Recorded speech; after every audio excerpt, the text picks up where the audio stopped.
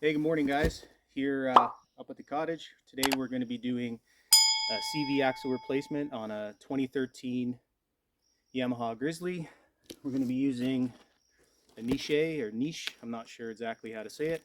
Got this off Amazon. I know a lot of people are against Chinese parts, and some parts, like when I rebuilt my clutches, I used all Yamaha.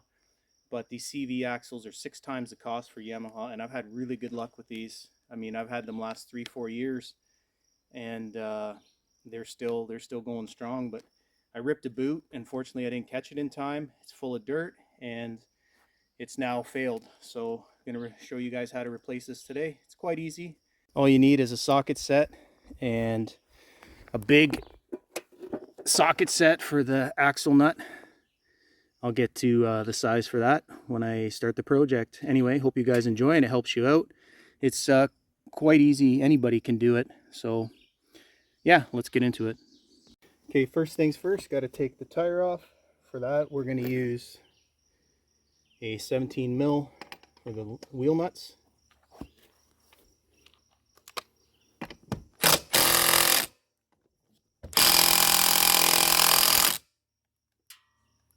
Helps if you have the right setting.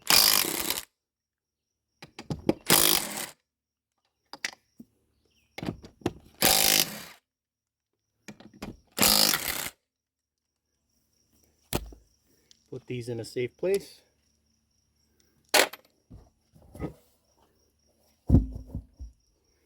Okay, now you need to size this.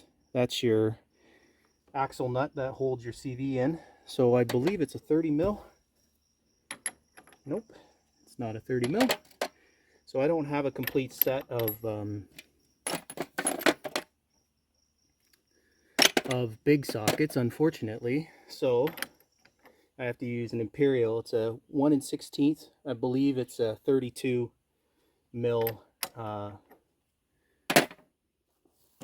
32 mil if you're metric, but 1 1/16 inch works just fine.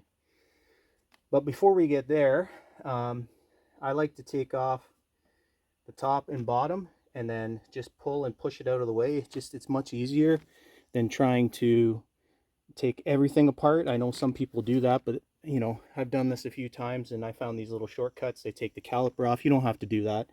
You just take the top and bottom off, and then you pop the wheel nut off, and it's much easier. You will need a wrench for this, which I believe is 17 mil.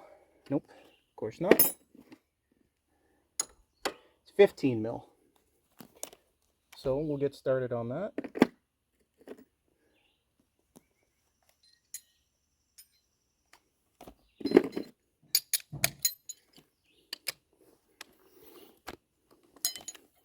So just so you can see right here for the top axle, there's a nut down there. These are both 15 mils.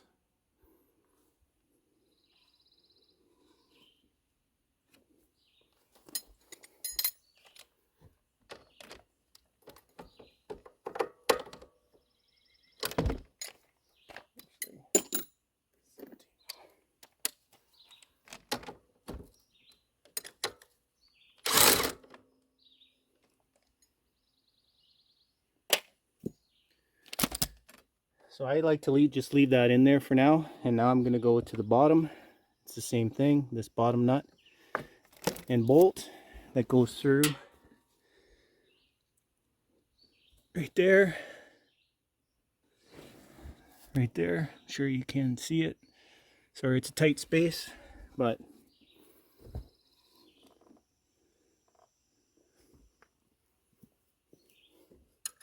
that's a 17. That's what I remember for last time.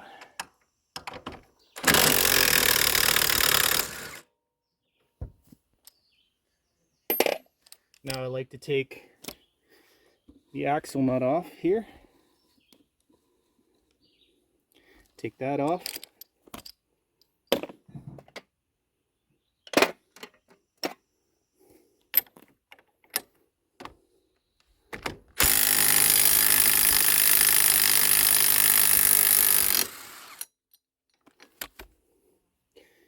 This is the original Yamaha nut, And I like to use it because the one that comes with these niche are quite a bit smaller and thicker. So I reuse this. It's the same thread, but it's much bulkier. I think it's a better nut, so I've been reusing these Yamaha ones. Now you have to pull the bolts out of the top and the bottom.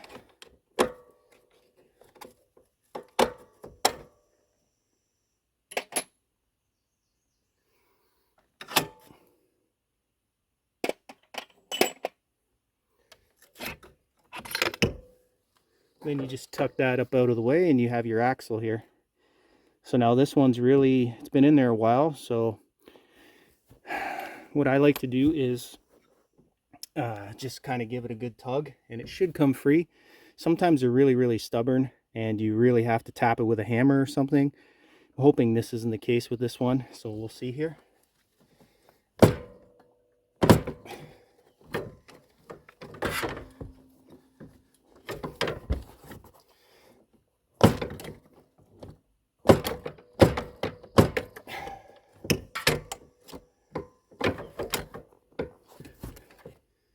Okay, we're gonna have to pause this. I'm gonna have to go get a hammer. Sorry guys. Probably a good idea too is get one of these zip ties and just zip tie the disc up out of the way. Okay, so now that's out of the way. Just give it a few taps and hopefully it comes out.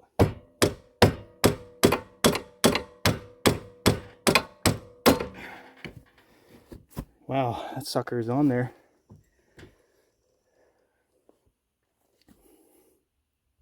Let's just keep hammering this. There we go. She's stubborn, this one. There we go. So you can see it's out and the boot's totally, hopefully you guys can see that, she's totally demolished on the inside and full of dirt. Let's get the new one out and put it in. So again, I'm not saying that these are the best parts, but I'm not saying these are the best parts, but I've had really good luck with them over the years, and they're pretty durable. I mean, for a sixth of the price, I can buy 6 of these over one Yamaha axle. So I don't doubt Yamaha's better, but for the price, I don't think they can be beat. So I'm going to install it now. You can see, hopefully, it goes in the rear differential there. And then we're going to put it back together the exact way. Sorry for its dirty. My boy is quite the off-roader, and he's been taking it through everything he can imagine. So just make sure it's clean. And I'll try and get you guys in there so you can see it. So first you line it up. Make sure there's no grease leaking out. It's a good time to check your differential seal. Now I just replaced these about a year ago, so I should have done a video on that because they're actually a little bit tricky to get perfect so they don't leak, but next time. Anyway, you just kind of line it up and there's a little lock washer pin on there. Just line it up, make sure your splines are lined up. You'll feel them, they sort of grab if you twist it a little, and then just with your hand you just give her a little tap and a push, and usually sometimes I'll put the nut on and just ever so slightly tap it until it pops in. You want it straight too. You see how I'm holding it straight? You don't want that CV on an axle. It doesn't translate the pressure to go in as much as if you go straight. Let's keep trying to do this, guys. Some of these are really I don't know why, but some of them are really tough to get in. It's almost like the machining isn't quite perfect, or sometimes that lock ring is it just doesn't want to snap in there. So just keep tapping it. There we go. Now she's starting to go in.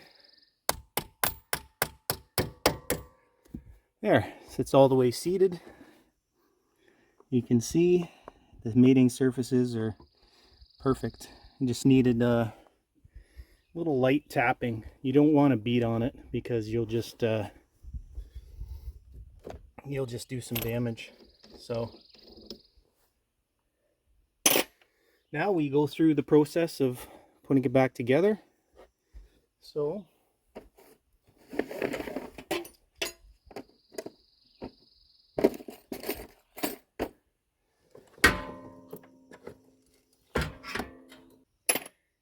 as you guys can tell, I'm kind of doing this outside of the cottage. I don't really have a nice clean shop like a lot of these how-to places on YouTube, but nonetheless, this is just kind of like, you know, an average person's channel that's keeping their stuff running.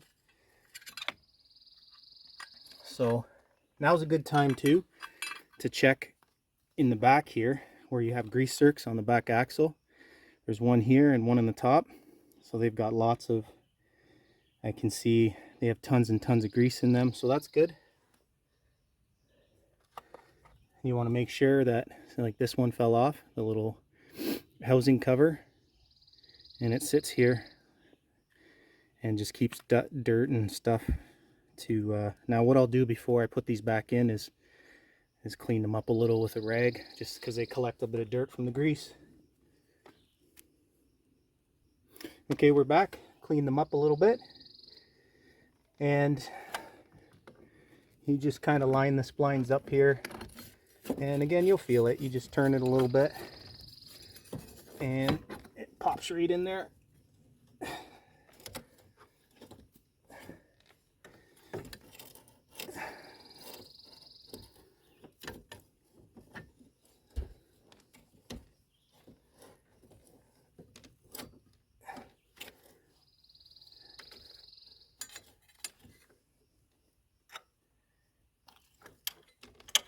These little things sometimes don't really want to stay. There we go. Now I like to just start to thread the nut on there. Just a couple threads just to kind of hold it in place while I put the top nut or bolt and nut.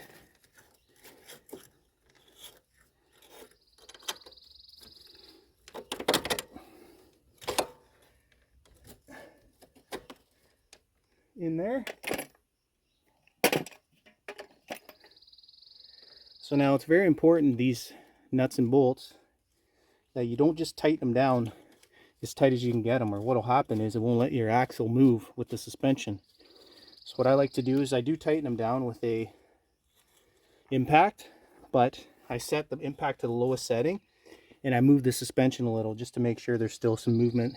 I know there is a torque setting, but I've been doing it this way for a long time, and it works without having to do that.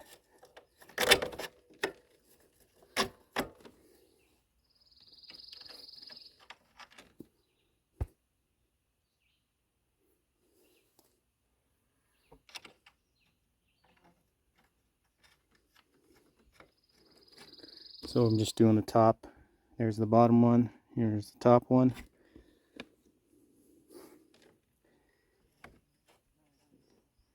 So, like the reverse. So it's 15 and 17.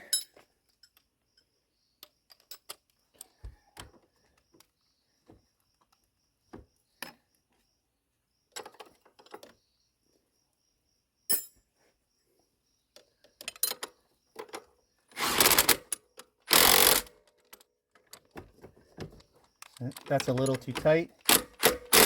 Just back it off ever so slightly. And again, like I said, I put the impact down to a lower setting. So Now we'll do the bottom one.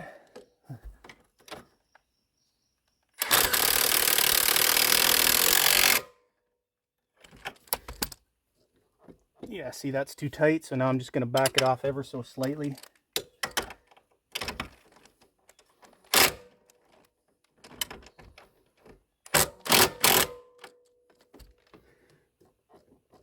Perfect. Just got a little bit of maneuver room in there. And now I'm going to tighten the main axle bolt. This, I just put the impact on its high setting because I don't want it to come off when I'm driving and do some real damage.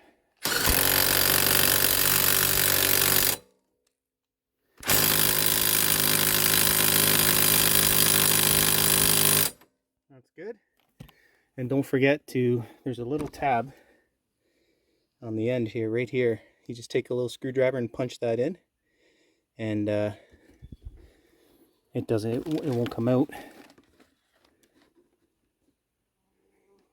Hopefully it won't come out.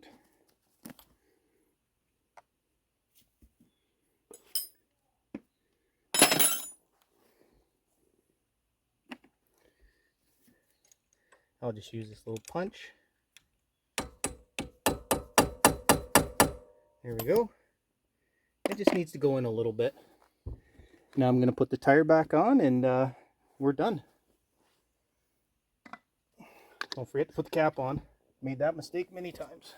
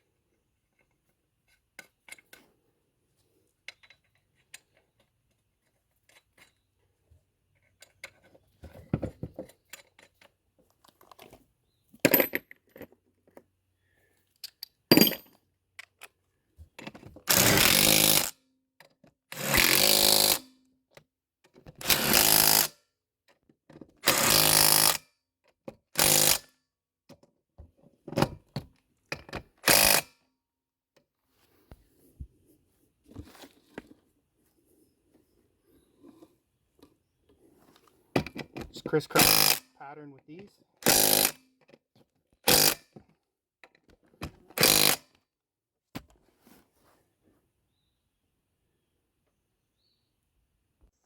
Okay, hey guys, hopefully you liked that video.